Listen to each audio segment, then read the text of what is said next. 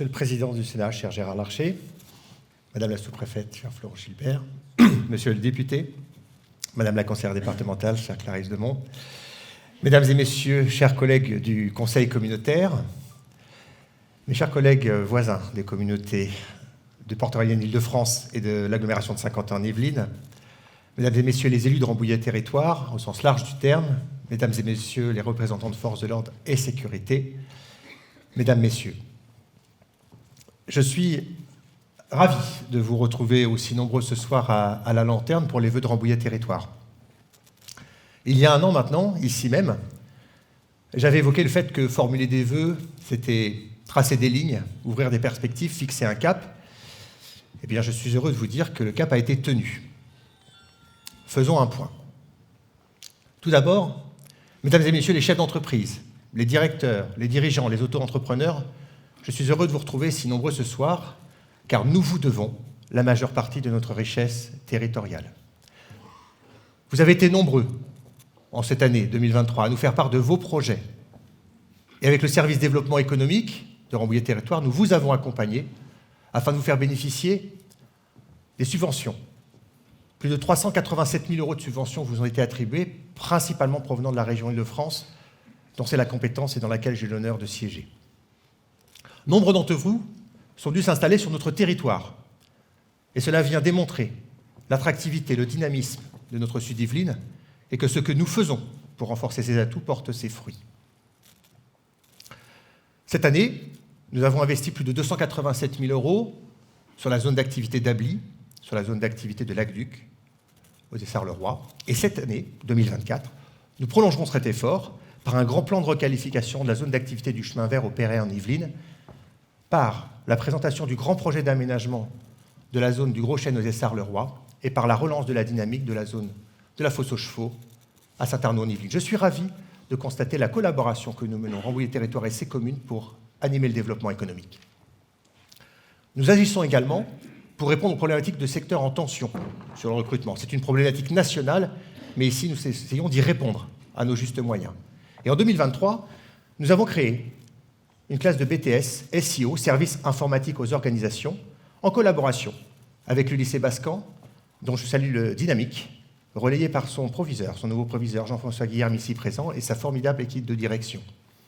Ça nous a permis de pouvoir répondre aux attentes de recrutement de nos fleurons territoriaux, je pense à EBP et Antadis pour ne citer qu'eux, et que j'aurai l'honneur d'accueillir dans quelques mois sur le bac d'activité Bel-Air-la-Forêt. Cette dynamique, nous l'avons enclenchée et nous l'enclencherons également pour répondre à la problématique des secteurs médical et paramédical qui, eux aussi, souffrent de problématiques de recrutement. Nous agirons en ce sens. Ensuite, je tiens à saluer le travail que nous menons avec l'ADEXI et son président, Olivier Gautret, pour faire animer l'ensemble du tissu économique territorial qui irrigue par leurs réunions riches, beaucoup d'effets productifs et beaucoup de synergies qui donnent leurs fruits. Pas plus tard que ce matin, nous avons signé 3 nouvelles conventions avec la Chambre de commerce et d'industrie, avec BGE Yvelines et Chantier Yvelines, encore une fois, pour faire en sorte d'aider les entrepreneurs à se lancer et à éviter les écueils qui jalonnent le parcours entrepreneurial. Enfin, Madame la sous-préfète, je tiens devant vous à vous remercier pour le travail que l'on fait ensemble, vos services et les services de l'État, car notre collaboration est fructueuse. Parce que je sais que vous entendez et partagez les Rambouillets de territoire, nous parvenons à mener à bien les dossiers, malgré les entrelacs administratifs, juridiques et législatifs dans lesquels nous naviguons. Je sais que vous entendez et partagez nos enjeux, et je sais pouvoir compter sur vous, sur cette intelligence territoriale qui permet de simplement adapter les principes à la réalité. Je tenais encore une fois à vous remercier publiquement. Alors, quand on a réussi à faire cette dynamique territoriale, cette dynamique économique, lorsqu'on préserve notre environnement, on est en mesure de déployer les services publics que vous attendez. En 2023, nous avons déployé notre politique culturelle en nouant un nouveau partenariat avec l'AIDEMA, une association d'enseignement musical du nord du territoire qui concerne principalement les villes du Perret, des Essarts et d'Auffargis. Et j'en suis ravi, parce que ça permet au plus grand nombre d'avoir accès à l'enseignement musical à des tarifs qui sont adaptés au portefeuille de chacun. En lien avec Île-de-France Mobilité, nous poursuivrons le déploiement de l'offre de transport qui connaît quelques problématiques de rodage ces derniers jours, mais nous y travaillons avec mon collègue Daniel Bond pour résoudre les problématiques et aussi déployer le transport à la demande qui donne satisfaction. Nous investirons massivement dans les réseaux d'eau et d'assainissement afin d'améliorer leur fonctionnement et de préserver notre environnement. Nous nous pencherons avec Madame le maire de Rambouillet, Véronique Patillon, dont j'excuse l'absence aujourd'hui pour des raisons de visite familiale un peu plus loin, au-delà de l'Atlantique, et nous travaillerons sur les sujets de l'offre de soins du territoire en lien avec la CPTS, dont je salue la présidente et M. Miseret ici présent, et l'hôpital de Rambouillet. C'est ensemble que nous devrons adresser cette problématique et je suis convaincu que notre agglomération a un rôle à jouer pour améliorer l'accès à l'offre de soins. Nous poursuivrons le déploiement des aires de jeux et de leurs de loisirs. Plus de 22 aires de jeux vont être déployées en 2024 dans tous les villages de nos maires ici présents afin de vous rendre un service de proximité. Et dans quelques semaines, nous travaillerons sur le déploiement de 3 nouvelles microcrèches sur le territoire dont nous déterminerons l'implantation. Enfin, mesdames, messieurs, nous renforcerons la solidarité intercommunale. Nous avons mis en place un fonds de concours pour aider les communes en 2023. Nous ajouterons à ce fonds de concours un fonds habitat pour aider les communes, nos maires ici présents, à pouvoir rénover l'habitat communal et aussi participer aux problématiques de l'offre d'habitat social. Voilà en quelques mots, mes chers mesdames, messieurs, vous avez une agglomération dynamique qui poursuit sa feuille de route conformément au cap qu'on s'est fixé, le projet de territoire. À cet instant, je tiens à remercier les services de l'agglomération, tous les agents de l'agglomération qui travaillent pour vous présenter ce bilan flatteur, cette perspective réjouissante, sous la direction de notre nouveau directeur William de Sabre, que je salue tout officiellement également. Dans les mois qui viennent, dans les semaines qui viennent, nous allons prendre 2 décisions majeures pour les 2 décennies à venir. Nous allons voter le schéma de cohérence territoriale et le plan local de l'habitat intercommunal. Derrière ces 2 outils, mesdames, messieurs, c'est la structuration du territoire qui est en jeu. Nous voulons absolument préserver ce qui constitue l'exceptionnelle qualité de vie de notre Sud-Yvelines, tout en assurant un développement raisonnable et équilibré. Nous protéger contre une croissance erratique. Nous ne voulons pas devenir une ville nouvelle ou tout autre instrument technocratique d'aménagement qui cache une urbanisation rampante. Nous ne voulons pas densifier exagérément les centres des villages, nous ne voulons pas construire des immeubles dans les villes et les villages, et nous ne voulons pas construire de nouvelles cités dortoirs. Nous voulons créer un nouveau modèle de développement qui soit adapté à notre histoire et aux délicats équilibres trouvés au fil des décennies dans les communes. Parce que c'est notre identité territoriale, à laquelle nous sommes tous très attachés, nous lutterons contre toutes les injonctions contraires d'où qu'elles viennent, car nous seuls, élus locaux, avons la légitimité que vous nous avez confiée par vos votes. Nous y serons très attentifs. Une fois qu'on a dit ça, nous touchons du doigt le problème de la décentralisation. Et derrière ce mot, il se cache des vrais enjeux de politique, mesdames, messieurs. La pression des normes tue l'initiative locale. Et il faut confier aux collectivités la liberté de prendre en main leur destin. Parce que dans chacune de nos collectivités, nous avons un potentiel qu'il faut réveiller. Ce potentiel-là, pour le réveiller, il faut donc permettre aux collectivités de déployer leur propre politique. Vous le savez comme moi, chaque ville n'est pas une entité uniforme. Et une approche décentralisée permettra d'embrasser leur complexité, la singularité et même la beauté de chacune d'entre elles. Nous devons également travailler à la décentralisation de nos administrations, car c'est la réponse essentielle, je dirais même vitale, pour desserrer l'étau qui étouffe nos communes au jour le jour. Nous avons un potentiel dans chacune de ces communautés, il faut le réveiller. La diversité culturelle, économique, démographique de nos collectivités est une richesse et nous nous devons de l'exploiter pleinement. Mais ne nous trompons pas, mesdames, messieurs. La décentralisation ne peut pas être signe de fragmentation. Nous connaissons trop bien les risques de l'autonomie qui ne mènent qu'à l'isolement. Bien au contraire, la décentralisation doit être l'occasion de pouvoir réaffirmer une cohérence nationale par une juste articulation des gouvernances, tout en permettant la flexibilité locale. Et j'affirme devant vous ce soir, mesdames, messieurs, que Rambouillet Territoire prend pleinement sa part dans la mise en cohérence de ces politiques du Sud-Yvelines et qu'il est de mon devoir d'assurer l'homogénéité de nos politiques locales. Oui à l'émancipation des communes, non à l'incohérence et au désordre. La décentralisation permet aussi l'expérimentation. Nous avons un potentiel créatif, chacun dans nos villages, dans nos villes. Il faut le libérer, ce potentiel. C'est notre richesse future. Et pour cela, il ne faut pas avoir peur de prendre des risques. Il ne faut pas avoir peur de l'échec. Seuls ceux qui n'osent pas, qui ne sortent pas du droit chemin, n'ont pas la liberté d'échouer et donc de se relever. Pour reprendre les mots de Jigoro Kano, on ne juge pas un homme au nombre de fois où il chute, mais au nombre de fois où il se relève. Donc oui, mesdames, messieurs, dans les années qui viennent, je souhaite favoriser les initiatives locales, aider les entreprises qui veulent se réinventer, les start-up et autres, pour créer un territoire d'innovation, je dirais presque à l'image de 50 ans en Yvelines, même si on en est encore un peu loin, mon cher collègue. Cette potentiel de décentralisation, il faut rester réaliste. Il ne faut pas que notre enthousiasme vienne troubler notre lucidité. La décentralisation ne pourra se faire que si nous redonnons de l'autonomie financière aux collectivités. Nous ne voulons plus quémander pour mener à bien le moindre projet, par un entrelac de dossiers administratifs à remplir. Nous devons donc redonner des marges de manœuvre, un meilleur partage des revenus et un meilleur partage de la fiscalité. Si en 2023, nous avons dû faire un choix difficile mais responsable, c'est précisément parce que, depuis 2012, les gouvernements successifs n'ont eu de cesse de ponctionner lourdement dans les comptes et les budgets des communes et de leurs groupements. En parallèle, ils nous ont transféré des charges, des normes, des obligations, sans en transférer les ressources. Mesdames, Messieurs, je le dis et je l'assume, nous avons été étranglés. Et donc, il nous faut redonner de la marge financière. Et je sais pouvoir compter sur le Parlement et son écoute pour aller dans ce sens, et ainsi, on pourra poursuivre le développement territorial tout en baissant la pression fiscale. Mesdames, Messieurs, je formule le vœu suivant et j'en suis convaincu. Notre communauté est en capacité de devenir un territoire résilient et novateur, capable de répondre aux attentes et aux aspirations de nos habitants, capable de répondre aux défis du XXIe siècle, qu'ils soient climatiques, économiques ou démographiques. Maintenant, je vois deux urgences. Une urgence environnementale et une urgence que je me permets d'appeler régalienne. Comme vous le savez, le changement climatique et plus largement l'impact de l'homme sur son environnement, ne fait plus débat. Pendant un temps, nous avions pensé que la Terre était si vaste que nous n'avions que peu ou pas d'influence sur le monde. Nous avons compris que nous pouvions l'impacter fortement. Donc, mesdames, messieurs, il s'agit maintenant de prendre en compte ce paradigme, nouveau paradigme que l'on appelle l'anthropocène. Ce changement de vision de notre place sur le monde est fondamental. Depuis la Lune, nous avons constaté que notre Terre était petite et fragile.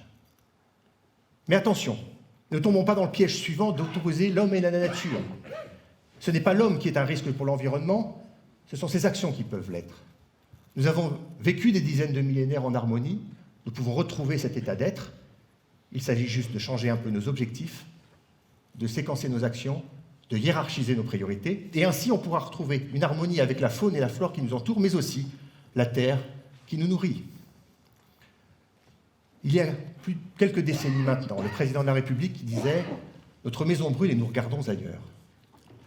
Eh bien, mesdames, messieurs, je l'affirme devant vous, si les murs de notre maison s'effritent, les fondations restent solides. Avec courage et lucidité, prenons le courage d'éteindre ce feu. Mais l'urgence environnementale ne doit pas être captée par certains partis politiques. Aucun parti politique n'a le monopole de l'écologie. Alors faisons confiance à la science, au progrès, pour retrouver notre juste place dans l'écosystème. Et je formule le vœu suivant, j'affirme que Rambouillet Territoire va jouer ce rôle-là dans les années qui viennent. Elle luttera avec ardemment contre l'urbanisation massive, je l'évoquais tout à l'heure, mais aussi pour tendre vers une indépendance énergétique. Il faut que l'énergie que nous consommons sur le territoire, nous sommes en capacité de la produire de manière durable. Concernant la menace et l'urgence régalienne, mesdames, messieurs, vous l'avez sûrement constaté, notre État de droit subit une crise d'autorité. Depuis une trentaine d'années maintenant, nous assistons à cette lente délitement de cette autorité sous l'action conjuguée du laxisme et de l'inaction. Dans un État de droit, il est absolument indispensable d'instaurer une force publique en capacité de faire respecter la loi à laquelle nul ne peut se soustraire. Et cette force publique, dans son principe, doit être réinstallée et réaffirmée dans toutes les sphères de la fonction publique avec la plus grande fermeté. À cet instant, mesdames, messieurs, je tiens à saluer les forces de l'ordre et de sécurité pour l'action qu'ils mènent au jour le jour. Ces femmes et ces hommes donnent tout pour faire respecter la loi et ils méritent notre plus grande considération, notre plus grand respect. Rappelons-nous, en 2015, lors des attentats terroristes, comme ils ont été un rempart comme nous les avons soutenus, comme nous les avons remerciés. Eh bien, depuis 2015, plus de 40 actes terroristes ont lieu sur le territoire français et la majorité était dirigée contre eux. À ce titre-là, ils méritent absolument notre plein soutien et il faut absolument qu'on le garde en tête tout le temps. Ensuite, il faut que nous protégions nos fonctionnaires de ces actes qu'on appelle souvent pudiquement des incivilités, quand en fait ce sont des coups de boutoir, ce sont des actes délibérés d'affaiblissement de nos institutions.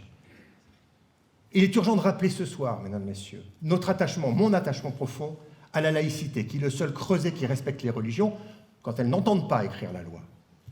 Cette loi de 1905, qui, je le dis, est à portée universelle, doit être imposée dans toutes les sphères de l'action publique, dans les administrations, dans les services associés, dans la santé, dans l'enseignement. C'est à ce titre-là que nous garantirons un des piliers de notre République française. Enfin, il faut que nous réformions et que nous donnions les moyens à notre justice. La justice est la seule garante des sanctions prévues par le législateur, et si nous n'y prêtons pas garde, c'est tout l'affaiblissement républicain qui est en cause. Mesdames, Messieurs, votre volonté de retrouver un État renforcé dans ses missions est juste et légitime, mais cela doit se faire dans le cadre républicain et réaffirmer à ce titre que le débat contradictoire et éclairé est le seul moyen de faire émerger le bien commun. À cet instant, je voudrais évoquer avec vous, en quelques minutes, l'histoire de la politique dans nos démocraties, dans nos sociétés occidentales. La politique vient du terme ancien politikos, c'est-à-dire tout ce qui concerne l'organisation des territoires, ce que les philosophes appelleront plus tard l'État. De cette organisation territoriale découle une question simple: comment exercer le pouvoir dans cette société organisée? Eh bien, notre Constitution le mentionne, c'est le gouvernement du peuple, par le peuple et pour le peuple qui fait autorité. Dans la Grèce ancienne, la première démocratie a été installée, et même si elle avait quelques défauts, elle avait le mérite de placer l'homme au centre des décisions politiques. Dans la première assemblée du peuple, qui s'appelait l'Ecclésia, la notion de débat a pris racine, a pris ses origines. Au fil des siècles, l'accession à la citoyenneté et donc au débat s'est élargie, les territoires se sont agrandis, et donc s'est posée la question de la représentation. Et nos illustres prédécesseurs ont fait le choix de représentants qui siègent au Parlement pour écrire la loi. Eh bien, mesdames, messieurs, je réaffirme devant vous ce soir cet attachement profond à ce choix, à cette histoire, et à dire que le débat et la pluralité, ce sont les fondements de notre système politique. À cet instant, je me demande où est passé le débat dans notre démocratie. Où est passée notre démocratie quand des sujets primordiaux, tels que le budget, tels que la santé, tels que les retraites ou l'immigration, ne sont même pas débattus, voire votés à l'Assemblée. Alors certes, les extrêmes ne facilitent pas le débat, mais il reste des partis politiques républicains de droite et de gauche qui sont prêts à débattre et à trouver des solutions. C'est l'enjeu. Donc, mesdames, messieurs, dans ces moments difficiles, nous devons être à la hauteur de notre héritage politique. Ce n'est que dans le débat et la pluralité que l'esprit de la démocratie réside. Alors j'entends dire ici et là que l'article 49.3 est légitime car constitutionnel, certes, mais son utilisation erratique, plus de 23 utilisations en un an et demi, est-ce que ça respecte l'esprit de la Constitution? Est-ce que ça respecte l'esprit de la démocratie? Je ne le pense pas. Et je profite de la présence du président du Sénat pour remercier l'action de l'Assemblée du Sénat cette année, qui a su contrebalancer la confusion et l'instabilité démocratique de l'Assemblée nationale. Et par cet exemple, vous réaffirmez mon attachement profond au bicamérisme français. Mesdames, Messieurs, pour conclure, nous avons connu cette année des événements politiques tant au niveau local que national qu'international d'ampleur. Nous avons connu des moments de joie, de colère, de tristesse, de partage, mais nous sommes là maintenant pour ouvrir une nouvelle année. Je suis profondément attaché au fonctionnement de nos institutions et à la France. Notre agglomération Rambouillet-Territoire se doit de respecter les valeurs de pluralisme, les valeurs de l'environnement, de respecter les communes, d'être dans la recherche perpétuelle de l'innovation,